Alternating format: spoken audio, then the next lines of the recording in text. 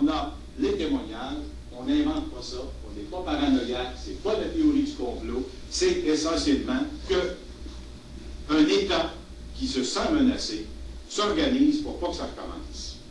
Alors, comment va s'organiser la riposte fédérale? Au moment où on décide ça, là, on pense vraiment que Lucien Bouchard est un gars sérieux. Là. Okay? Déstabilisation des finances publiques. Marcel Massé, là, le gros banquier, l'a dit explicitement, quand on va les avoir mis à genoux, puis qu'il n'y aura plus d'argent pour le système de santé, ils vont reconnaître qu'Ottawa est essentiel. Il l'a dit. Donc, déstabilisation des finances publiques par décision unilatérale de modifier les calculs de la péréquation, signature unilatérale de l'union sociale, modification, confiscation des surplus de la Caisse d'assurance chômage, le gouvernement du Québec est déjà dans les cadres. Deuxième front sur lequel on va agir, le cadre juridique. On va s'organiser pour définir un carcan juridique pour rendre la chose impossible à répéter. C'est le Clarity Bill, la loi sur la clarté réglementaire, qui dresse une forêt d'obstacles juridiques qui, dans le champ politique, sont surmontables. Mais ils haussent le niveau de difficulté du combat politique. Troisième front, essentiellement, la mise à contribution de tous les moyens de l'État canadien pour briser la cohésion nationale du Québec. Programme des commandites, au-delà d'1 milliard en propagande, mais ça, c'est uniquement la pointe émergée du iceberg. Okay? La commission Gomery est un succès de désinformation extraordinaire. Vous lirez le livre que l'Action nationale a publié, qu'Édouard Cloutier a signé. Si vous pensez qu'on aurait fait quelque chose avec la commission Gomery, c'est une opération de désinformation formidable. Okay? Ils n'ont pris que le menu fretin, les gros requins et les choix stratégiques politiques n'ont même pas été abordés. Gomery savait ce qu'il faisait. Essentiellement, on va mettre en place un dispositif. Et là, quand on dit un dispositif, là, ça veut dire des centaines de personnes qui travaillent à temps plein contre nous. Au conseil privé, notamment, une division d'analystes exceptionnelle. On ne parle pas là non plus des services secrets, du SCRS, des services secrets de l'armée. On ne parle pas non plus des fonds discrétionnaires du conseil privé du bureau du premier ministre. On va déployer un immense appareil qui va viser à coordonner les actions de l'État pour déstructurer le cadre idéologique, social et culturel du Québec. Pierre-Paul Sénéchal a trouvé une très belle expression pour ça. On va tenter d'instaurer le désamour du Québec. Ce combat-là, il va être mené sur tous les fronts en mobilisant les ressources de l'État et le concours de l'establishment canadien. Regardez les peuples, ils ont mis des drapeaux canadiens tout partout, on nous offre toute une série de comparaisons de ce qui se passe au Canada tout le temps. L'idée est de nous enfoncer dans la perception que c'est la minorisation qui est notre seul destin. Et, essentiellement, ce dispositif-là, c'est celui qui va façonner le contexte politique des 15 dernières années. Et ça va essentiellement être le point d'appui du Parti libéral du Québec, qui va s'instaurer et s'installer dans une dynamique idéologique où l'utilisation du néolibéralisme, c'est-à-dire de la pensée du tout au marché, va servir à déstructurer les acquis qui soutiennent la possibilité de la cohésion nationale du Québec. Le plan de réingénierie, qui soit dit en passant, a été rédigé en anglais à Toronto, qui va servir au gouvernement Charest première manière, c'est un plan qui vise essentiellement à réduire la capacité d'intervention de l'État québécois. Vous remarquerez que tous ceux qui nous serinent qu'il y a trop d'États dans notre société ne disent jamais qu'il y a trop d'État fédéral. Hein? Quand il y a trop d'États, il n'y a que trop d'États québécois. Alors, on le sait, moins d'États québécois, ce que ça veut dire, c'est plus d'États fédéral. Et c'est les vases communicants. Donc, cette alliance objective entre le néolibéralisme et l'objectif stratégique de casser la cohésion sociale et nationale des Québécois va viser l'État et essentiellement le dispositif de solidarité mis en place lors de la Révolution tranquille. Alors, les cibles sont bien connues. C'est la Caisse de dépôt, c'est Hydro-Québec, c'est la Régie des Rentes, c'est l'ensemble des instruments qui peuvent permettre de traduire la capacité d'action collective des Québécois en force réelle. Les libéraux qui prennent le pouvoir sont triomphants. Rappelez-vous, ils partent en peur, ils sont vraiment contents, ils piétinent d'impatience et ils nous annoncent qu'ils vont débiter le morceau.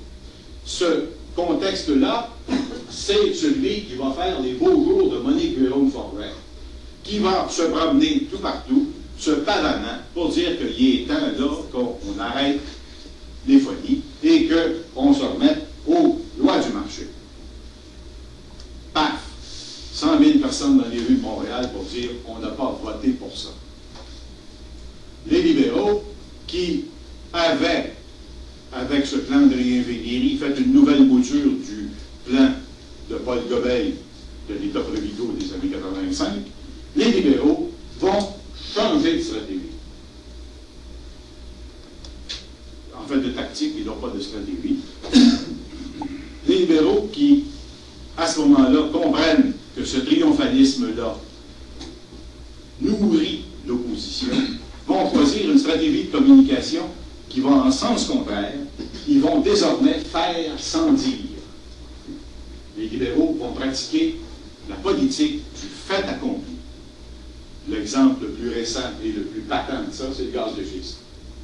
Les Québécois qui n'en avaient jamais entendu parler découvrent tout à coup que non seulement le Québec entier est sous plainte, mais qu'il y a 2 ans, en plein été, au mois de juillet, Hydro-Québec a cédé au privé les droits d'exploration sur une grande partie du territoire, dans des conditions qu'on n'est pas capable de connaître, prétendument pour protéger le secret commercial.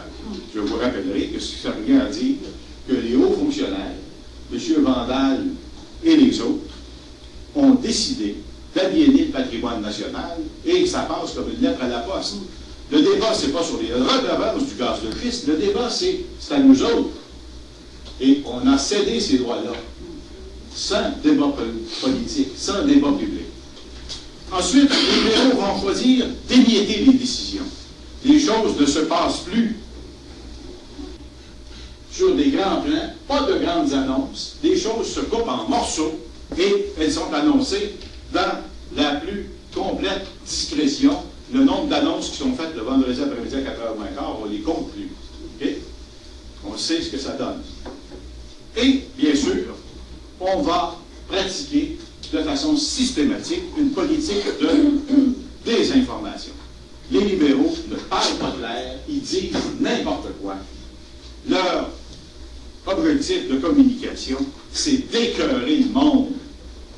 Parce que, et ça, les républicains sont passés maîtres dans cet art-là, Harper également, l'idée, c'est de miser sur le décrochage civique, d'en faire un instrument. Alors donc, on va se retrouver dans une situation politique où on va utiliser le climat dépresseur, on va le créer de toutes pièces, en noircissant les problèmes, en discréditant des outils éprouvés. Hein. Il n'y a plus rien qui marche au Québec. Nous n'avons pas de problème, nous avons des tares. Hein. Il n'y a plus rien qui marche. Rien. Quand il y a un problème, c'est pas comme dans n'importe quelle société normale, un débat sur des solutions à privilégier. Non, pas du tout. Nous, on haït la richesse, on est paresseux, on travaille pas assez, on n'est pas capable de s'organiser. Systématiquement, le discrédit sur la capacité collective. Et ça, c'est fondamental. C'est la ligne politique qui converge et au fédéral et au provincial. On est une bande de ticlins. ce discours-là, c'est celui du martèlement du défaitisme politique. Okay? Il ne se passe pas une semaine sans que Jessica nous assène un palmarès quelconque où on est toujours en arrière du Nebraska ou dans le fond de la cave du Utah. Hein? On est pas bon. Alors évidemment, ironie du sort, la semaine dernière, l'Institut économique de Montréal, avec l'ineffable Claude Garcia, a publié un texte pour dire que Hydro-Québec, c'est un gâchis, c'est sous-productif, c'est pas rentable, on perd de l'argent, etc. Le rapport sort la journée où Hydro-Québec reçoit de la part de l'Association américaine des gestionnaires de services publics d'électricité, reçoit la médaille de l'organisme le mieux géré d'Amérique du Nord. Hein? Ça a fait un entrefilet dans le Gazette. Ça n'a pas ouvert le bulletin de nouvelles de Radio-Can. Hein? Bon. Alors, pour l'essentiel, ce défaitisme politique-là, qui marque la période post-référendaire, il a été d'autant plus facile à installer que le PQ s'est arc-bouté à tout faire, tout ce qu'il pouvait faire pour ne pas réfléchir, pour ne pas faire son bilan post-référendaire et pour ne pas regarder en face ce qui était en train de se déployer. Alors, on a eu droit à essentiellement le Saint-Ivry, je pense, d'une opération qui s'est retournée contre lui-même de la saison des idées. Ça n'a pas marché. Mais, refusant de faire son bilan, il a été incapable de faire une lecture politique de ses rapports avec le Canada. Incapable de faire cette lecture politique, il a donc été entraîné essentiellement dans le cadre du discours et de la politique des autres. C'est pour ça qu'ils sont empêtrés comme ça. Et ça, on peut le décliner très rapidement, le temps file. On aura assisté depuis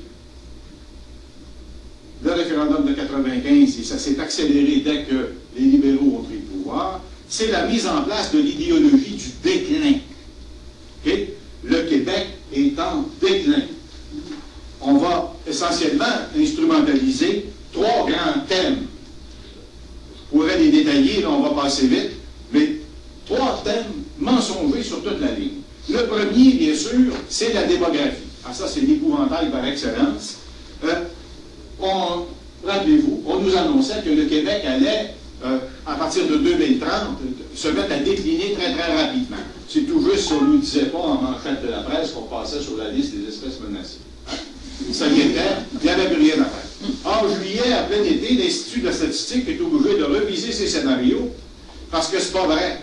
C'est pas vrai du tout. Le Québec va continuer de le croire. Sa démographie se redresse. Légèrement, mais elle se redresse. Et pourquoi elle se redresse? Parce que les programmes de congés parentaux, la structure de services de garde marchent, donnent des résultats. Alors, évidemment, ça n'a pas été long qu'il y a quelqu'un qui a trouvé que ça nous coûtait trop cher. Hein? Il faudrait qu'on arrête ça. Là. Alors, donc ça, le déclin. Le vieillissement. Alors, c'est pas compliqué. Là, on est rendu un centre d'accueil à ciel ouvert. Hein? Le Québec est épouvantablement vieillissant. On ne pourra plus rien faire. On va se retrouver à se chamarrer pour trouver les jeunes, pour pousser nos grands-bas. Or, écoutez, quand les démographes sont morts de rire, eux autres, quand on regarde la pyramide des âges et le ratio des personnes âgées dans la population totale, le Québec est la société du monde développé la plus jeune. On est au 38e rang quand on s'examine et qu'on se compare. Okay? Le Québec est à 14, il est des poussières %. La Suède est autour de 16, l'Allemagne est presque 20. Vous n'entendez pas le bulletin de nouvelles s'ouvrir à tous les jours pour dire que l'Allemagne est au bord de on ne sait trop quoi. Bien, ça marche au Québec. Autre volet de l'épouvantail démographique, la pénurie de main-d'œuvre. Alors, vraiment, là, la pénurie de main-d'œuvre, c'est effrayant. C'est effrayant, on est menacé, notre économie va s'effondrer. Or, on sait, par exemple, que si simplement on redressait le solde migratoire, il n'y aurait pas de pénurie. On sait en plus que si on permettait une augmentation du de la participation des 55 ans et plus au marché du travail, on n'aurait pas de pénurie.